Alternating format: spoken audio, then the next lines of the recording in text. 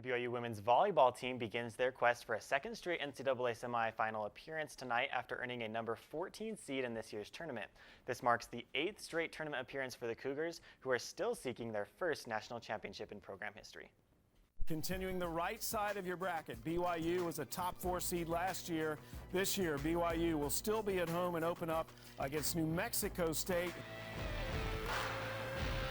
Riding high on 3 straight wins to end the regular season, the BYU women's volleyball team enters the NCAA tournament with a first-round matchup against New Mexico State.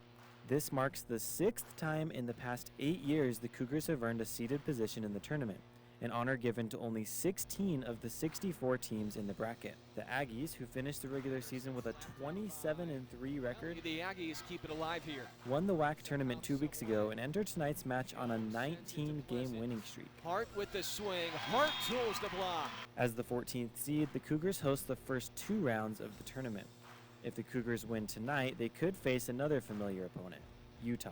21 kills for Danny Drew. The Utes also play today in a first-round matchup with Illinois out of the Big Ten Conference. Illinois finished their season with just a 16-13 record, but the Fighting Illini are tougher than their record implies, as they played nearly half their games against ranked opponents. As for Utah, the Utes finished their season with a 22-9 record and 3 straight wins over Pac-12 conference opponents. But a lot of positives the Utes can take. If both BYU and Utah win in the first rounds, the teams will play for the second time this season, but this time with everything on the line. If the Cougars can make it past New Mexico State tonight, they'll be in for another tough test Saturday as well.